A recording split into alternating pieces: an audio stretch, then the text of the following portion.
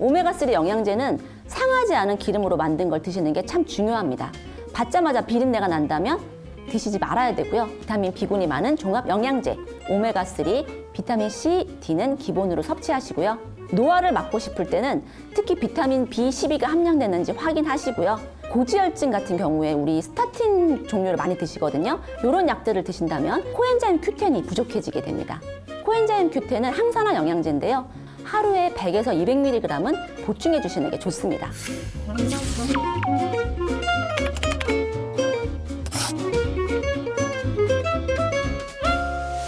증상별로 챙겨야 하는 영양제도 있습니다. 기본적인 영양제인 비타민 B군이 많은 종합 영양제, 오메가3, 비타민 C, D는 기본으로 섭취하시고요. 피로가 심할 때는 인삼이나 홍삼, 우리 한국인 영양제 선물 1위죠. 인삼이나 홍삼 많이 드시는데요. 안 맞는 사람도 있고요. 근육이 뭉치는 분들은 마그네슘도 도움이 됩니다. 노화를 막고 싶을 때는 제가 아까 말씀드린 기본 3종, 특히 비타민 B12가 함량되는지 확인하시고요.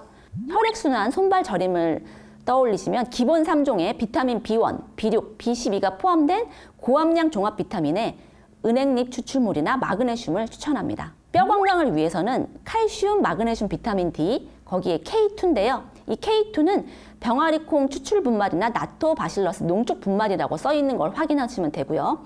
관절 건강에는 글루코사민과 콘드로이친이 있는데요. 관절 통증 완화에 도움이 되고요. 같이 먹는다고 2배로 통증이 좋아지진 않지만 기능 개선에 도움이 됩니다. 단, 글루코사민은 갑각류 알레르기나 혈당이 염려되시는 분 주의하셔야 되고요. 콘드로이친은 상어 연고를 강조하는데 정작 콘드로이친 함량이 안 보이는 캔디, 당뇨 가공품이 있어요. 그걸 주의하시면 됩니다. 혈액을 묽게 해서 항혈전제 복용자는 출혈 경향이 증가할 수 있다는 거 주의하세요. MSM은 초기 관절염 환자에게 도움이 되는데요. 단기간에 효과가 나타납니다. 콜라겐은 관절 구성 성분이자 피부 영양제로 아시는데 보통은 일형 콜라겐이 피부 영양제고요. 류마티스 관절염에는 비변성 2형 콜라겐이 좋습니다. 단 콜라겐은 3에서 4g은 먹어야 관절에 도움이 됩니다. 보스웰리아도 건기식 외에 캔디류도 있다는 거 참고하십시오. 간 건강에는 밀크시슬, 글루타치온 등이 있는데요. 약국에 일반 의약품으로 나온 영양제들이 있거든요. 저는 그걸 추천합니다. 밀크시슬 중에 유효 성분은 실리마린이라는 성분인데요. 식이약처 기준 130mg이 기본 성분인데 건강기능식품은 130mg까지만 들어가 있고요. 약국에는 196mg짜리도 나옵니다. 필름이라고 더 흡수력이 좋은 것은 아니고 근거가 부족하니 필름을 굳이 드실 필요는 없습니다. 눈 영양제는 증상에 따라서 골라야 됩니다. 피로하면 눈이 더 안 보이기 때문에 고함량 비타민 B를 드시면 좋습니다. 황반 변성 예방이나 침침하고 흐릿한 눈에는 루테인이나 지아잔틴을 드시면 좋고요. 건조한 눈에는 오메가3 비타민 E가 도움이 되고요. 노안 예방에는 헤마토코쿠스 추출물인데 요거는 아스타잔틴이라고 써 있고요. 빌베리 건조 X는 안토시아닌 성분입니다. 기억력 개선과 인지력 개선에는 제가 앞에 말씀드린 기본 3종에 포스파티딜 세린을 추가하시면 좋습니다. 포스파티딜 콜린이라고 혹시 나와 있는 거는 우리나라에서 아직 기능성으로 인정받지 않았어요. 콜린 알포세레이트라는 약이 또 있는데요. 요거는 치매 예방약이라는 말이 있지만 사실은 치매 예방약이 아닙니다. 요것도 주의하시고요. 여성 갱년기 완화를 위해서는 증상이나 병력에 따라 선택하는 건데요. 식물성 여성 호르몬을 보충해 주시는 의미로는 홍삼, 대두 이소플로본, 서양승마, 레드클로버, 회화나무 열매 추출물, 백소 등이 있어요.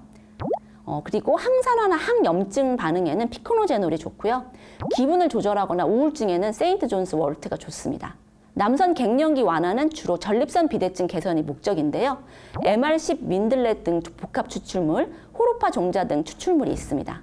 소팔메토 호박씨 종자유 추출물도 있고요. 쿠쿠르비트 종자유 X, 글리신, 알라닌, 글루탐산, 아미노산 복합제 등도 나오고 있어요. 탈모 방지를 위해서는 약용 효모, 덱스판테놀, 비오틴, 철분, 비타민C 등이 있는데요.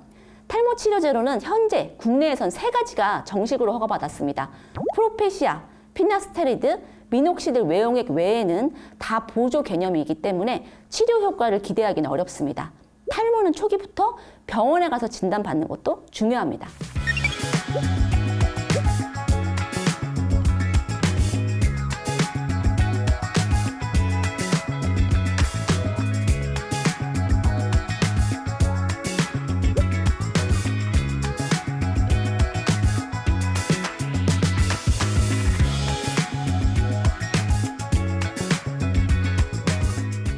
대사질환약은 장기간 복용하기 때문에 더 영양소 고갈에 신경을 써야 합니다.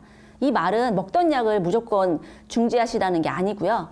약을 복용함으로써 부족해진 영양소를 보충하시라는 개념입니다. 고지혈증 같은 경우에 우리 스타틴 종류를 많이 드시거든요. 리피토, 메바로친, 크레스토, 심바스틴, 리바로 이런 약인데요. 이런 약들을 드신다면 코엔자임 Q10이 부족해지게 됩니다. 코엔자임 Q10은 항산화 영양제인데요. 40대부터 몸에서 만들어지는 양이 떨어져서 하루에 100에서 200mg은 보충해 주시는 게 좋습니다. 고혈압 약인 아테노롤, 인데놀, 콩코르 등도 코엔자임 Q10, 비타민 B12가 특히 부족해지기 쉽습니다. 그리고 고혈압 약에 들어가는 라식스, 다이크로직 등의 이뇨제 있으시죠? 그걸 드시는 분들은 마그네슘, 칼륨, 비타민 B1, 비타민 B6이 고갈되기 쉽습니다. 비타민 B군, 코엔자임 Q10 100mg, 마그네슘 200에서 280mg 보충을 추천합니다. 당뇨약으로 드시는 글루코파지, 다이아백스 등의 메트포민 제제, 또 피오글리타존, 액토스 등 글리메피리드 제제를 드신다면 비타민 B12, 엽산, 코엔자임 Q10 유익균 등을 부족하게 하기 때문에 보충해 주시는 게 좋습니다. 오메가3가 요즘 이슈가 많습니다. 오메가3를 복용하고 오히려 심혈관 질환이 증가했다는 논문이 있는데요. 원인은 실험에 쓰인 오일이 산패됐기 때문이었어요. 오메가3 영양제는 상하지 않은 기름으로 만든 걸 드시는 게 참 중요합니다. 즉 원료의 산패 확인이 무엇보다 중요하고요. 받자마자 비린내가 난다면 드시지 말아야 되고요. 가장 최근에 유럽의약품청에서 신방세동 부작용 이슈가 있어서 국내 제품에도 부작용의 표시를 하기로 돼 있는데요. 하루에 4g 이상 먹는 분들 이야기였어요. 근데 적어도 저는 900mg 이상 드시라고 하는데요. 이때 1, 2g은 괜찮습니다. 그렇지만 심장질환자면 1g 이하로 드시고요. 칼슘을 먹으면 심장질환이 증가한다는 얘기가 있어요. 칼슘이 몸 안에 들어오면 우리가 소장에서 비타민 D 도움으로 혈관에서 흡수된 후 뼈에 저장이 돼야 됩니다. 그런데 이 뼈 저장 단계에서 칼슘이 뼈로 가지 않고요. 혈관을 막거나 주변 조직에 달라붙어서 석회화를 일으키는 경우가 있어요. 칼슘 섭취가 심장 질환을 일으킬 수 있다는 이야기가 여기서 나온 겁니다. 우리가 비타민 K2라는 거를 같이 드셔야 되는데요. 요거는 MGP라는 단백질을 활성화시키는데 이 활성화된 MGP가 칼슘이 뼈가 아닌 혈관이나 조직에 결합하는 것을 막아줍니다. 또 비타민 K2는 비타민 D3가 만든 오스테오칼신을 활성화시킵니다. 이 활성화된 오스테오칼신은 칼슘을 뼈에 침착시켜서 뼈를 단단하게 만듭니다. 한마디로 비타민 D3와 비타민 K2는 뼈 건강을 위해 칼슘과 같이 섭취해야 될 비타민들인 거죠. 네, 영양제를 많이 드시면 간에 무리가 간다고 생각하시는 분들이 많은데요. 네, 간에 무리를 줄 수 있는 보조식품이 따로 있어요. 다이어트 제품으로 많이 먹는 녹차 추출물은 하루에 카테킨으로 0.3에서 1g 이하를 드셔야 되는데 더 드실 경우, 또 배변 활동에 주로 드시는 알로에 젖잎을 성분이 무수바바로인인데요. 무수바바로인으로 20에서 30mg 이상 드실 경우, 또 다이어트 제품으로 먹는 가르시니아 캄보지아 추출물을 하이드록시 시트릭 애시드로서 750에서 2800mg 이하 드셔야 되는데 더 드실 경우, 위 건강에 먹는 감초 추출물로 하루에 150mg 이상 드실 경우에 간에 손상을 줄 수 있습니다. 나머지는 간에 영향을 주는 영양제가 딱히 있다기보다 너무 과하게 드시기 때문입니다. 고함량 칼슘제는 갑상선 호르몬, 철분, 골밀도 증가제 등의 흡수를 방해하니 이들과 같이 먹어야 할 경우에는 식후에 시간차를 드시면 됩니다. 적어도 보름에서 한 달, 길게는 3개월 이상을 지켜봐 주십시오.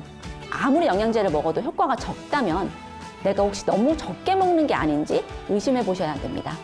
중요한 것은 영양제가 생산되고 품질 관리가 잘 되는 믿을 만한 회사의 제품을 구입하는 거예요.